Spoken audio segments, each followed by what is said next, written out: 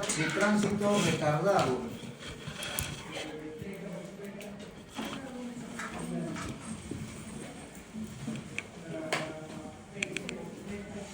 Tenemos dos, los funcionales y los orgánicos. O sea, la función acá está.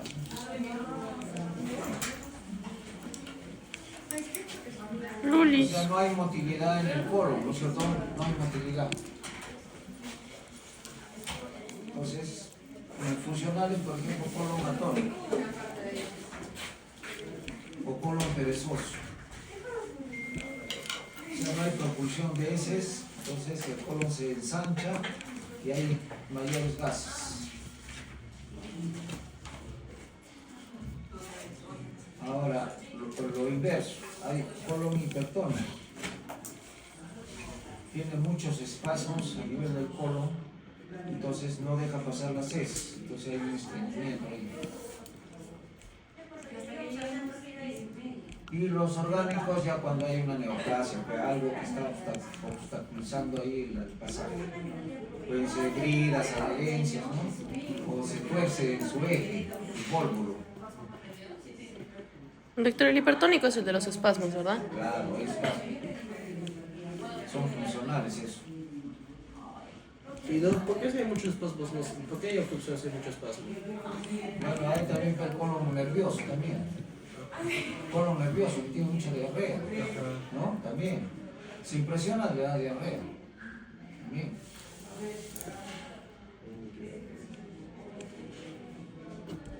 Habla de abolido, o sea, tránsito abolido. Acá es lo que conocemos como íleo, sin H, íleo. ¿Qué es íleo? Es la interrupción del tránsito intestinal.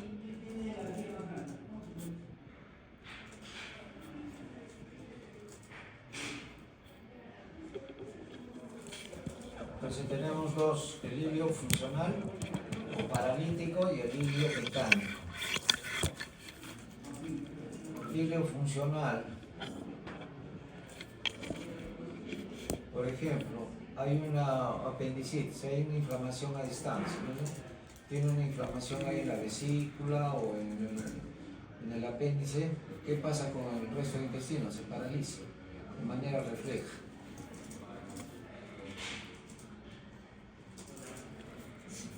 Por ejemplo, cuando hay también falta de potasio, hay hipocalemia, también se paraliza, no hay la gasolina, ¿no? Entonces se paraliza el intestino. Cuando lo van a operar, le dan anestesia, también se paraliza el intestino. Pasa la anestesia y ya vuelve otra vez. Otra situación, que haya sufrido un traumatismo vértebro-medular, ¿no? Lumbar o de arriba, cervical.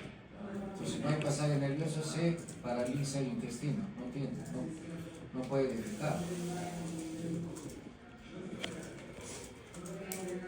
¿O puede ser lo opuesto, que no controla el esfínter? No. O solo... O sea, el intestino se paraliza, eso es. Hemos dicho, uno inflamatorio, porque hay algo allá, hay inflamación, entonces el intestino se paraliza de manera refleja. Cuando hay bajo de potasio, también. ¿Ya? Ileo orgánico o mecánico. Entonces hay una situación ahí de obstrucción, una brida que se ha torcido ahí y no permite el pasaje de las heces.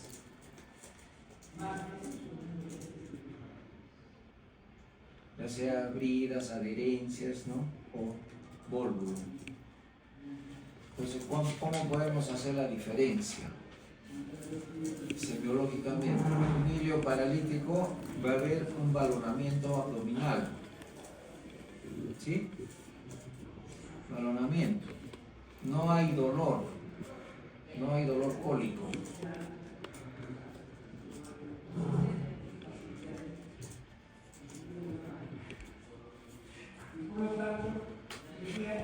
Normalmente en el examen va a haber timpanismo, ¿no? Y a la auscultación, ruidos hidroaéreos ausentes. No hay nada, no se escucha nada. ¿Cómo es el tratamiento ahí? Médico.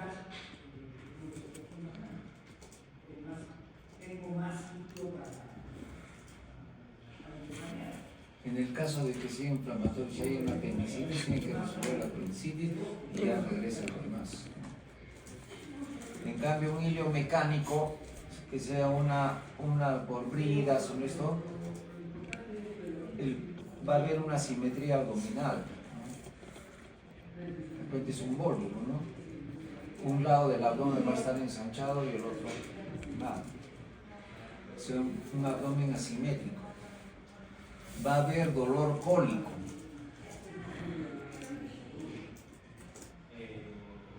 Al inicio va a haber los ruidos hidroaéreos en salvas. ¿Cómo es en salvas? Cuando revientan los cohetes, ta ta ta ta ta ta, así. Entonces ahí le viene el dolor. ¿Por qué? Porque acá está torcido, ¿no es cierto? Entonces esto se está moviendo y le viene el dolor al paciente. Ay, ay, grita. Trata de vencer la resistencia, pero llega un momento en el que ya no, ya se paraliza. Puede haber el signo de Kussmaul. ¿Cómo es el signo de Kussmaul? Vas a ver el abdomen que como si fueran culebras, ¿no? Son los movimientos intestinales. Aquí el tratamiento es quirúrgico. Entonces, diferencia entre hilo funcional y hilo mecánico. Ya está.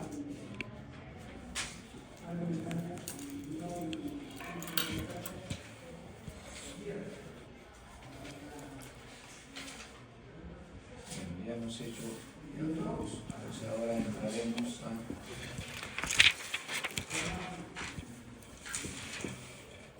síndrome nefrótico y síndrome nefrítico.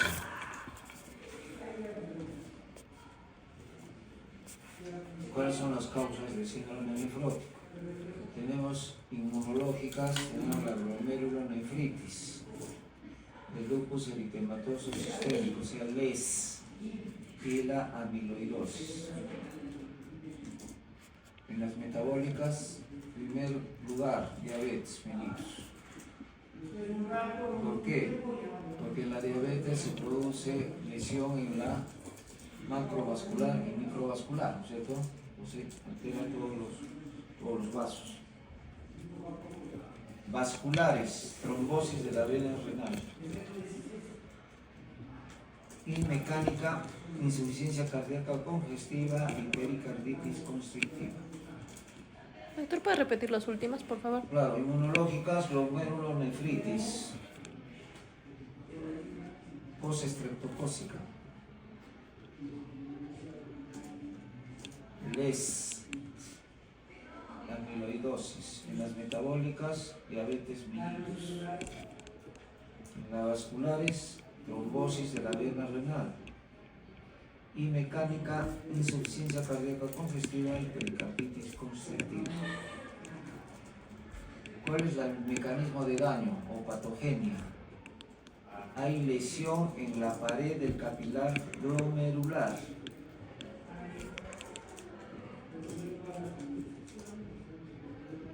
Lo cual causa proteinuria intensa.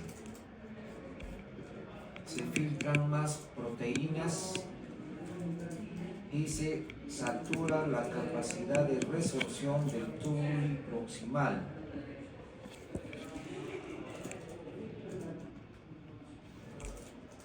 Entonces, como está eliminando proteínas por la orina, ¿qué va a haber? Va a haber hipoproteinemia. Al haber hipoproteinemia, ¿qué pasa con la presión oncótica? Disminuye. Baja, pues. Entonces se desplazan los líquidos, ¿no es cierto? Del líquido del intra al intersticio, ¿no es cierto? Entonces pasa el líquido. ¿Qué pasa ahí? Hay hipovolemia. Esa hipovolemia hace que se dispare el sistema renina-angiotensina, ¿no es cierto? Se produce un hiperaldosteronismo. ¿Qué pasa? Aumenta la resorción de sodio, lo está perdiendo, ¿no?, en el nefrón distal. Este aumento de la concentración de sodio promueve la secreción de hormona antidiurética y se produce retención de agua, ¿no? ¿Y qué produce? Edema. Entonces miren cómo sucede, ¿no? Todo. Hay lesión en la pared del glomérulo, se filtran más proteínas, ¿no? Al disminuir las proteínas hay hipoproteinemia, disminuye la presión oncórtica, ¿no? Pasan líquidos del intravascular al intersticio, ¿no? Se produce hipovolemia, se dispara el renina-angiotensina, aldosteronismo, aumento de resorción de sodio, se retiene agua, ¿no? Y el agua produce edemas, ¿no es cierto? También se dispara la hormona antidiurética, reteniendo más agua también contribuye a más edema, ¿no? Entonces, ¿qué va en la semiología? Puede haber un paciente que tiene anasarca, ¿no? Anasarca. Tiene la fascia renal, ¿no? ¿Cómo es la fascia renal? Terrosa, ¿no? Terrosa.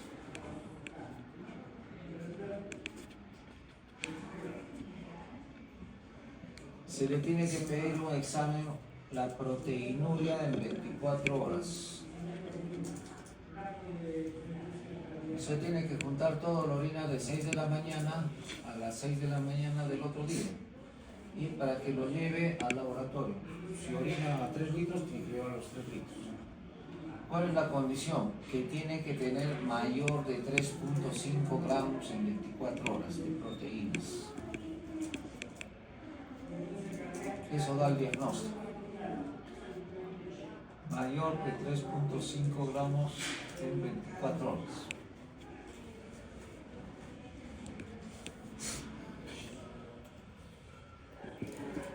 ¿Qué otra cosa más se encuentra en el síndrome nefrótico? Hiperlipidemia, hipercolesterolemia.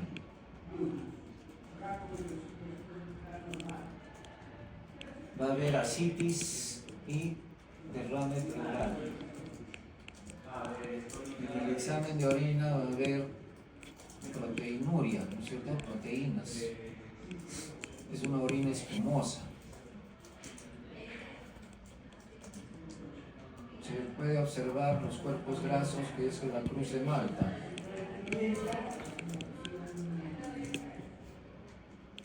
¿Dónde se ve la cruz de Malta, doctor? Cruz de Malta. ¿En la orina? En el examen de orina pues, se va a ver ahí cuerpos bien restringentes que son grasa, ¿cierto?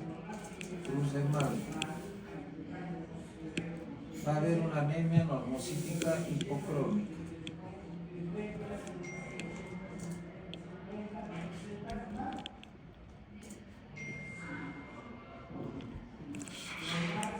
Entonces, estos pacientes están sometidos a diálisis. En Estados Unidos, en todo esto, ya los diabéticos no les hacen ya diálisis. Porque ya está dañado pues, la microvascular. En cultura vacal les hacen diálisis. ¿No? Es un gasto enorme. Allá en Estados Unidos no, los seguros no. Lamentablemente ya no, ya está dañado todo. Entonces es característico de este anasarca, proteinuria mayor de 3.5 gramos en 24 horas. Síndrome nefrítico. Está caracterizado por oliguria. ¿Qué es oliguria? Orina menos de 400 en 24 horas, ¿cierto? ¿Sí? Sí. Va a haber hematuria.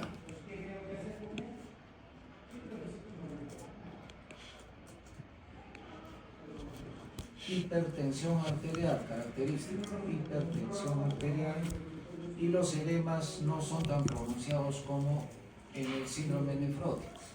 Aquí va a haber pepasis renal, ¿no? Edemas, el edema renal es, ¿cómo es el edema renal? Es matutino, ¿no? Es zonas laxas, ¿no? Los párpados, las manos, ¿no?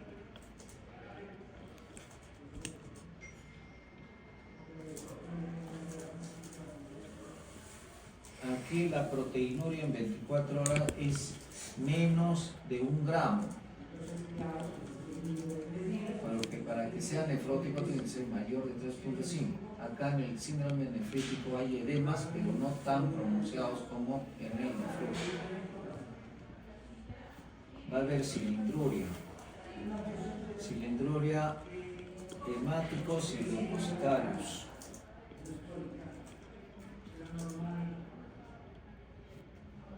Las causas son mayormente por glomerulonefritis aguda o por pielonefritis piógena.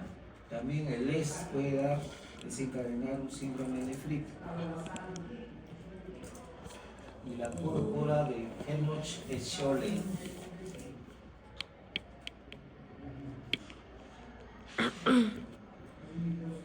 ¿Cómo es la patogenia? Doctor, ¿cuál era la infecciosa? Pielonefritis piógena. Púrpura De Henoch, con H, Henoch-Schönlein.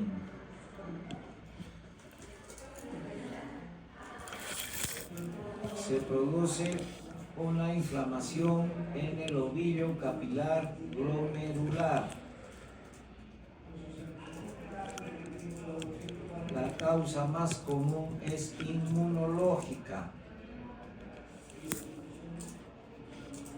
pero también se puede deber a procesos inflamatorios infecciosos, como por ejemplo la pielonefritis.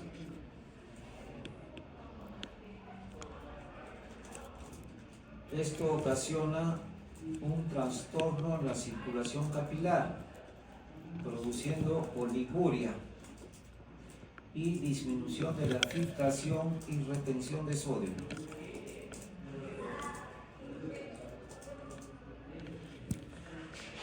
Se produce una isquemia. ¿Qué es isquemia?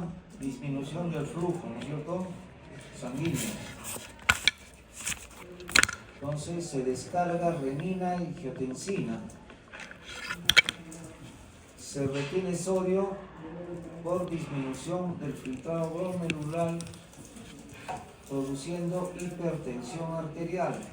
Entonces, ¿cuál es la característica que hemos dicho? Hematuria, hipertensión, edemas. Hematuria.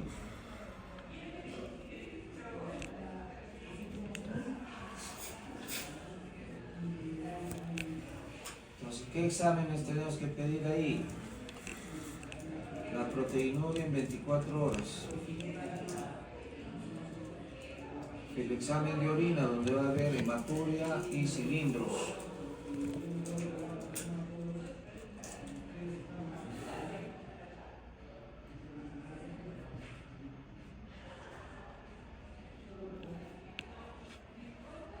Entonces, de repente en el examen le van a decir, ¿cuál es la característica del síndrome nefrótico?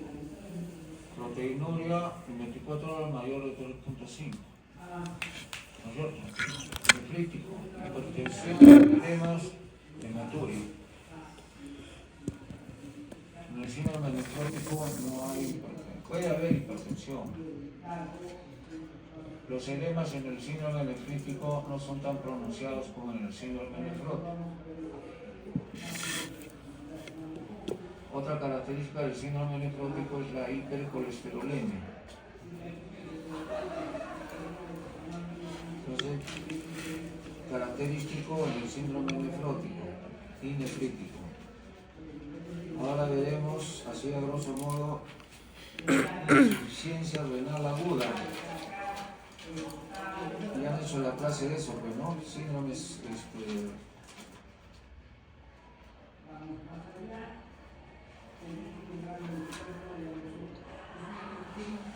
insuficiencia renal aguda. Las causas pueden ser muchas, ¿no? Pues mayormente en la UCI son por sepsis. En la sepsis hay disminución de la presión, ¿cierto? Entonces se daña el riñón por hipotensión. Entonces no circula, entonces se daña. Entonces, ¿qué produce? No orina, pues. No funciona. Oliguria. Oliguria, anuria. Se acumulan las sustancias de desecho. La urea, ¿no es cierto? ¿Qué más aumenta? La creatinina.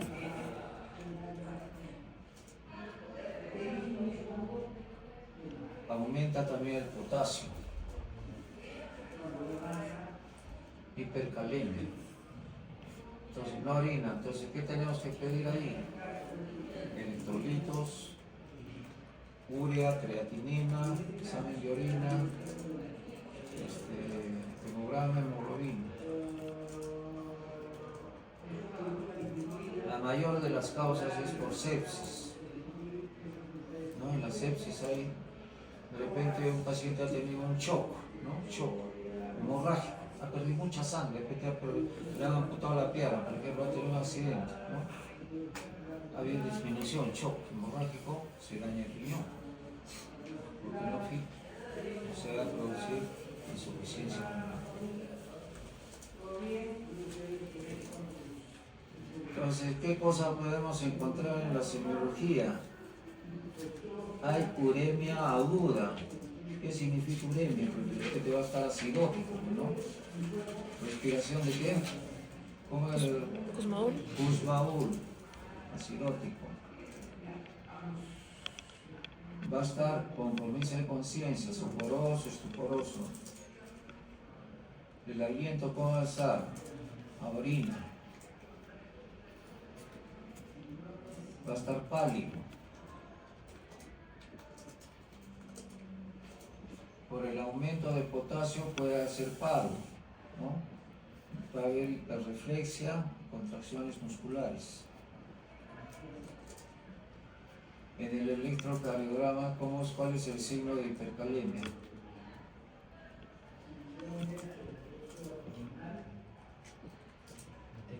En el electrocardiograma. No tenemos electrolitos, pero podemos tomar un electrocardiograma.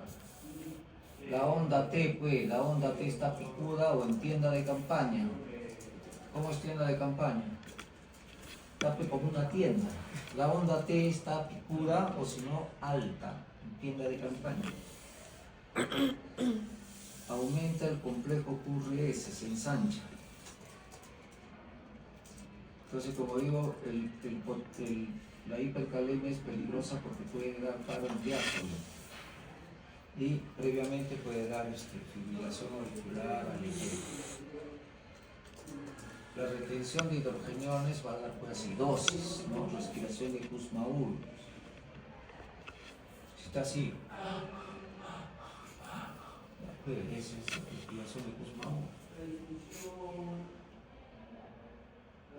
Entonces, creatinina alta, urea alta, no orina, retención de potasio, acidosis metabólica. ¿Cómo se tiene que curar eso? Hemodiálisis. Hemodiálisis, no hay otra manera. Pero puede recuperar, el riñón tarda, pero recupera, en la insuficiencia renal aguda. Claro, también hay que tratar la causa subyacente. Si hay una infección, si había una hemorragia, que se repone el petróleo. Se recupera el paciente, pero diálisis hay que hacer todos los días. Insuficiencia renal crónica. Si hay una insuficiencia renal aguda, la función ha cesado, pero temporalmente, ¿cierto? Temporalmente. Claro, insuficiencia renal crónica, ya pues el riñón no funciona. Los dos riñones no funcionan.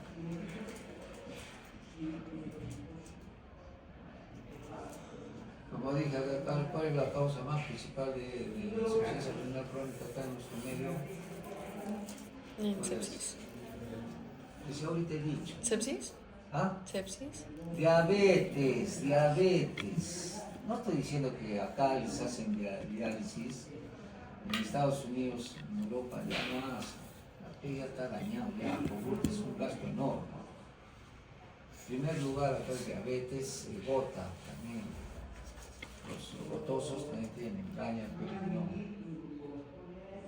¿No han visto los pacientes que van a diálisis? ¿No han visto? No, ciudadano. ¿No han hecho con algún nefrólogo o semiología? ¿Nada? Con la doctora, ¿qué se llama? Loquera. ¿Cuál más enseñó la doctora Montesinos? ¿Nada?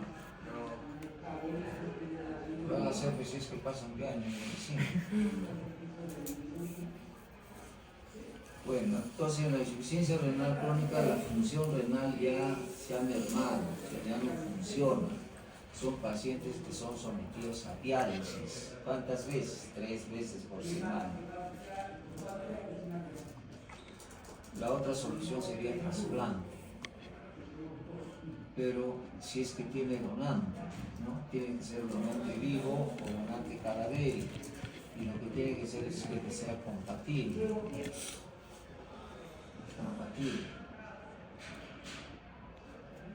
También hay pacientes que son sometidos a trasplante renal y puede haber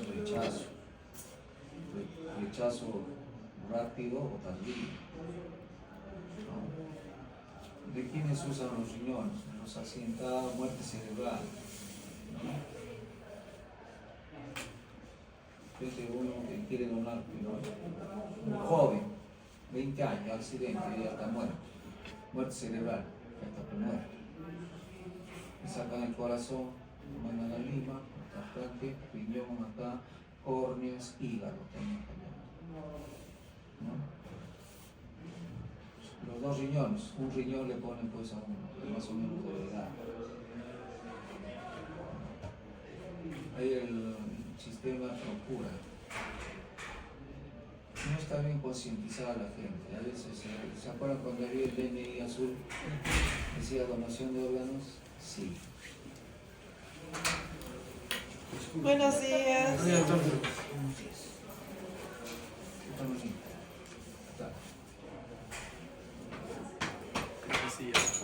Feliz día. Allá, mamá, gracias. Gracias, mamá. Pero bueno, entonces... Doctor, feliz cumpleaños. Nos arreglaron la sorpresa. Gracias. Al final.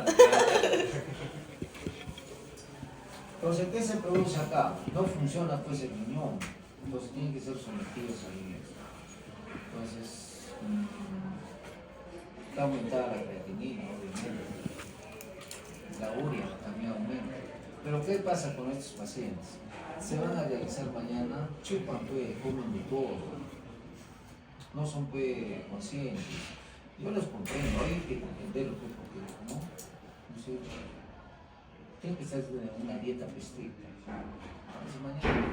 Mañana me realiza, se pone a chupar.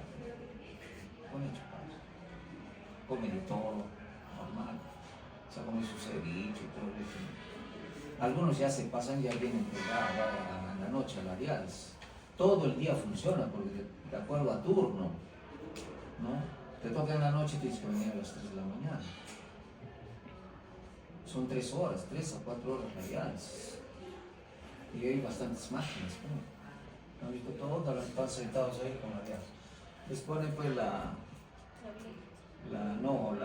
fístula. Le unen la arteria con la vena, por eso que tienen acá ensanchado, y ahí nomás conectan. Pues tienen que hacer diálisis, ya han diagnosticado insuficiencia renal crónica, mientras prepara la fístula le ponen catéter, es un catéter grueso, alto flujo, por ahí se le hace diálisis.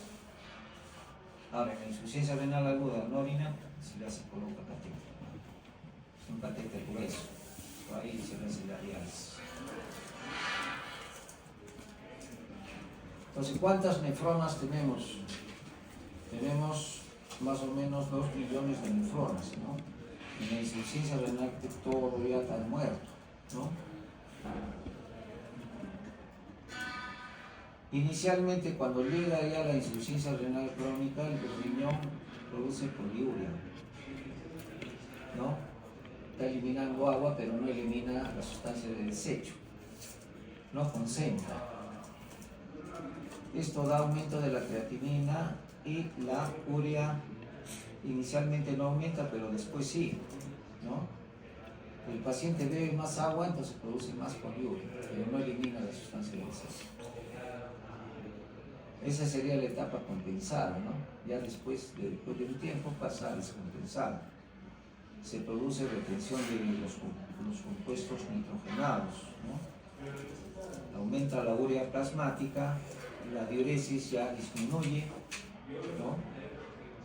La creatinina aumenta, ¿ya? Cada vez más, 3, 4, 5, 6, 7 miligramos, normalmente es 1. Y se retienen hidrogeniones, o sea, da acidosis metabólica. Se produce acá un hiperparatiroidismo secundario. ¿Por qué? Hay hipocalcemia, ¿no? Entonces, al haber hipocalcemia, que se activa la paratiroides produciendo paratormona. Si no hay calcio, entonces ¿de dónde saca? Del hueso. Del hueso, ¿no? ¿Han visto los pacientes cómo son? Y se achican, ¿no? Se achican. Era grande, chiquitos.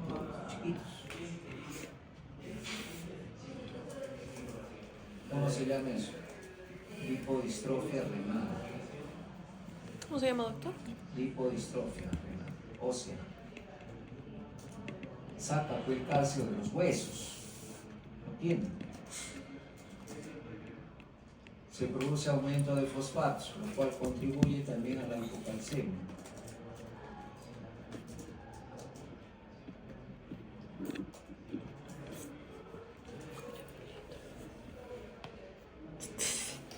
Hay una anemia normocítica normocrónica. No hay producción de eritropoyetina, ¿no es cierto? ¿Dónde se produce eso? En el capilar glomerular. Entonces tiene que recibir eritropoyetina que sirve para la maduración del glóbulo rojo. ¿Sí? Y, o sea, que estos pacientes son propensos a las infecciones, a todo. Son muertos en vida los pacientes. Imagínense, ¿no? Cualquier rato se muere.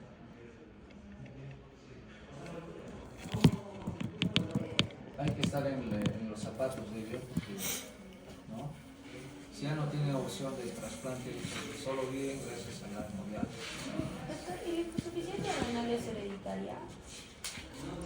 No puede, tiene que haber un daño. No. Es que por el lado de mis tíos, o sea, viene a ser la hermana de mi Hay abuelo. enfermedades que te producen insuficiencia, por ejemplo, el síndrome de Creutzfeldt-Jakob, ¿no? Todo eso, enfermedades de riñón. Porque ha fallecido el papá, la hija y el De repente sobrino. sí diabéticos, Que yo sepa, ¿no? pero están sometidos a diálisis. De repente puede haber algún problema. Hay una enfermedad que ha causado lesión en el riñón, de repente, esa es la hereditaria. Ah, Y el síndrome de Alport. también, sí. Hay varios claro, que producen daño en el riñón que va a llevar a la postre insuficiencia renal crónica. Por eso dice insuficiencia renal crónica terminal. No es que haya que terminar, sino que ya no tiene opción, que ya solo vive gracias a la diálisis. Ahora, no solamente hemodiálisis, sino también hay la diálisis peritoneal. También alivias, pero ¿cuál es la complicación de la diálisis peritoneal? Peritonitis. Por más cuidado que tengas, que lo haces con guantes, con limpio, todo, porque lo hacen en la casa.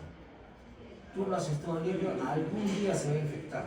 Entra peritoneal, produce peritonitis. Porque tiene que tener un catéter acá, un catéter de tengo. Por ahí le echan pues, ¿no? Soluciones ahí, sacan y el proceso disminuye la creatinina. Uno mismo se puede hacer, claro. Por ejemplo, tiene problemas, malas arterias, no puede recibir hemodiálisis, diálisis peritoneal, ¿no? Pero en algún momento se tiene que infectar. Y eso agrava, pues. peritonitis de cabrito.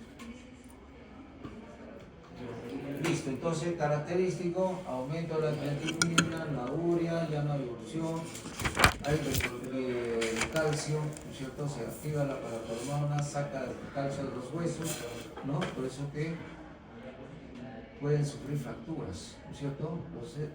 Los huesos son frágiles, se achican. ¿No han visto los pacientes que van al horario? Tan chiquitos, encorvados y pálidos. Hay bastante gente, hay niños también con insuficiencia renal. Están esperando para trasplante. Hay los cuentos, ¿no? También que dice que uno desaparece y le sacan los riñones, ¿no? ¿No? Aparece con un poste acá. Pero es un decir, ¿cómo van a sacar? Que tiene que, si sacas ya el riñón no sirve, tiene que ponerlo en un ambiente que conserve. ¿Cómo lo vas a sacar así nomás, no? Esos son los cuentos, pues, ¿saben el cuento del Chipacaquín? No, no, está un día lluvioso.